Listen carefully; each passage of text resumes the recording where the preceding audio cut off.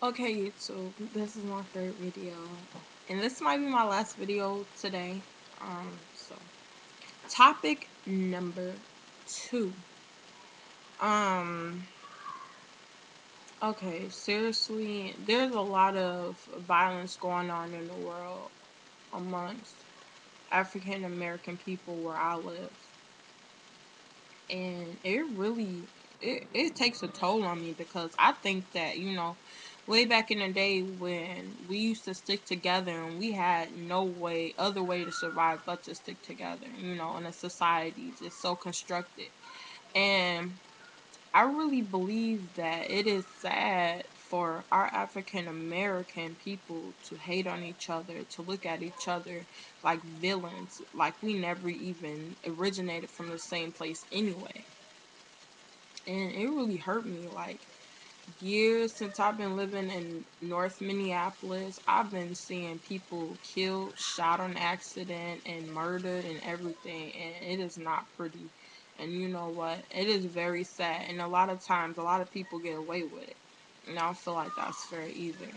I just really feel like it's sad, you know what I'm saying? Like, you see a lot of people, a lot of families got sisters, brothers, aunts, aunties, moms, dad, uncles, dead, killed, murdered, stabbed to death over something that could be prevented, period, in life. You know what I'm saying? And I mean, some things are destined to happen, by faith, but other things are very preventable. And I feel like we all still, have to come together as a community, speaking mainly for North Minneapolis, and help each other out, because we still today, even though it may not seem, we still living in a constructed world where privileges are limited to whoever, whether you got money, whether you don't got money, whether you poor, whether you are not poor, whether you're living in poverty, whether you're not.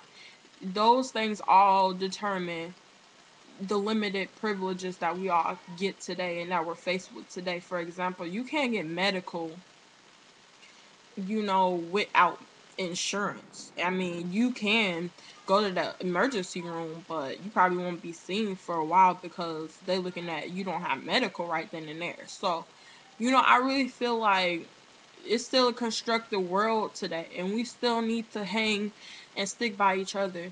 I mean, not just even as African American people, but as a minority. And I believe there's a topic in my class in college that I go to.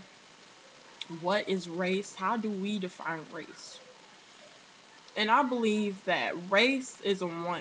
I mean, I think that over the years, the definition have been put on race to try to divide cultures and divide people by skin color, by history. But I really believe that race is one. And if we could change that meaning in our minds, then we could go back, and become just one originated race. You know what I mean? So, I mean, I'm just sick and tired of seeing all the negligence. I'm sick and tired of seeing all the violence. And I'm not saying that stop it, because I know that as long as this world exists, the violence will not stop. It will continue.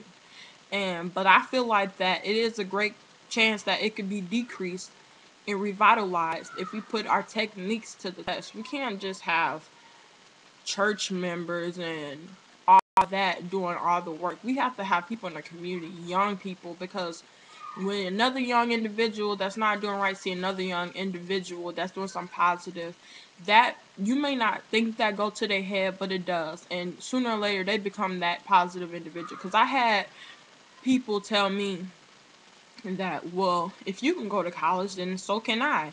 And I'll say, you're right. If I can do it, so can you. And a lot of people think that they don't have the ability, or that they lack the ability to make it in life, to succeed in life. And you only lack that ability if you let the constructive world take that away from you.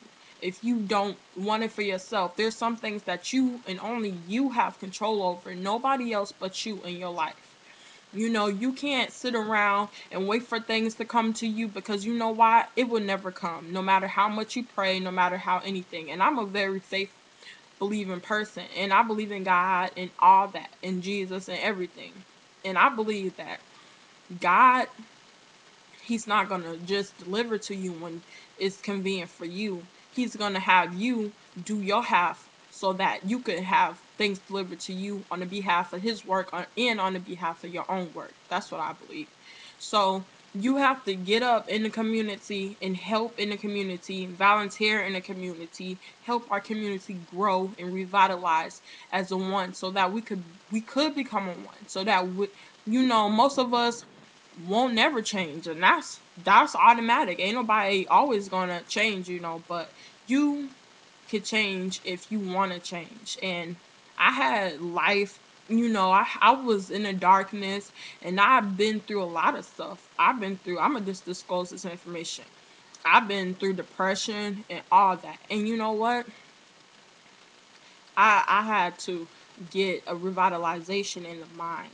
Medicine and all that, it's only temporary. It's not going to help you. You have to pray. And I prayed and I told God, I don't want to be, depressed. And I prayed that I just have this burden lifted off my shoulders. You know what I mean? And I was took from that darkness into the light. Now, I'm not saying that you gonna always be in the light, because sometimes you will go under. But if you allow yourself to stay under, then you will. Ain't nobody in this world trying to pick you back up. You got to pick yourself up and keep it moving. And that's how I learned. And what I learned, that through the mind, and I learned that the hard way. You have to revitalize yourself so that we can revitalize our world, our constructed community, our constructed world, everything. I understand that it's hard. We don't have a lot of money, or you might not have a lot of money, or you might can't get a job or nothing like that. But you know what? If you go to 10 agencies and they can't help you find a job, that don't mean you give up. You keep going. You keep trying and keep striving. Because if you give up, then you'll never make it in life. There's a guy that was on TV, and he filled out over 1,000, no, not 1,000, let me stop lying. He filled out over 200 applications for jobs, and he didn't get any of them. But you know what? He kept going. And when I looked at that brother, I was like, that's good. If you fill out that many applications and you got the willpower to keep going, then that's really good. That means he revitalized his mind and know that somewhere down the line he will be recommended for a job. Meaning that somewhere down the line, if you try stuff over and over again and you fail at it, and it's not because of you all the time, sometimes it's because of the way the world works in the system, it's because of, you just gotta keep your mind open. You gotta keep your horizons open. You have to look wider than a peripheral view. You know what I mean? You can't just look at the world like, well, I'm not never gonna make it. Well, you won't if you have that attitude. But if you have an attitude that you can succeed and you can make it and you will make it. Because my grandma died, Lord rest her soul, Mamie Amos, she died like 2 years ago, almost 2 years ago. And it was a tragedy for me because I love my grandma. I mean, and when she died, I thought to myself, like, I just don't know how I'm going to get through this. And because she was the piece that kept all of us together, no matter how messed up the family might have been sometimes, she was that piece. And I wanted to give up. I wanted to give up because I felt like I lost something, a part of me. And a part of me wanted to go. But you know what? I had support. I had God, faith. And you know what? I said, I'm not going to give up because I'm going to lose my parents one day. And my grandma was like my parent, but we all know that our parents, our mothers especially, are very essential in our life, and that we're going to lose our parents one day. So I can't let this stop me, and I can't let that stop me when that happens, because we are destined to come in the world and die. That's point blank. But back to our community issues, North Minneapolis and other surrounding communities, or communities that got the same problems as us. We see our like North Minneapolis on the news a lot. We be on the news a lot, and it's mainly North Minneapolis. I'm not saying that North Minneapolis is the only place that crime happens, but because of course that's not true, but it is a place where most crime happens, and it's traumatizing to people. I mean, you hear gunshots, you don't know how close or how far they are. You gotta run, drop to the floor. But I got to the point where I'm just like, if I hear a gunshot, I'm not doing any of that, because if a bullet hit me, then God want me. Then God must want me. So, you know what I mean? But I don't want to live like that. I don't want to live thinking, if this summer am I gonna be a victim? Is a bullet gonna come through my house? You know what I mean? We gotta stop this madness, because it's really not worth the time to be trying to be mad at people, and it's not worth the time to be trying to be, you know, just mad and hateful towards our people. And it's sad to me. You know what I mean? Because I had a friend, and he didn't even live over north. He lived over south. But this happened about 4 years ago. But he came on the north side, and I just kept having these panic attacks and these bad feelings. And it was my mom friend that God brought to my house. Cause if he would have never came, I would have knew that my friend got shot and he died and got murdered.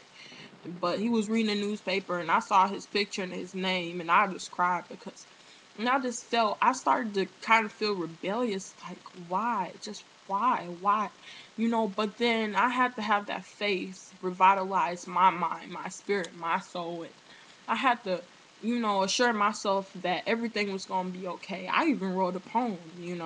And I'm just like, it's sad. I mean, you got to deal with gunshots. You got to deal with going on the street, having other people look at you like this and that, because they might got on Aeropostale, which is the newest stuff, and you might got on something that other people might consider to be rags or not up to date. It don't matter what you wear. It don't matter how you look. The only thing that's important is how you live your life and how you gonna succeed, not thinking about everybody else thinking about you. Cause you know what?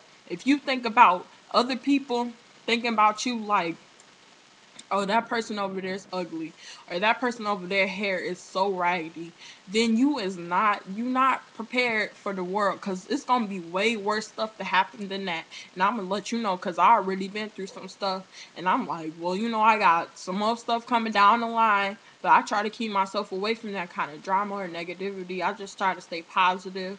You know what I mean? Everybody, all the teenagers that say I want to drop out of school and all that, don't drop out of school, because you know what, living in a constructed world like this, it's only getting harder. And you know what, a lot of places I see, you need a high school diploma or a college degree or something.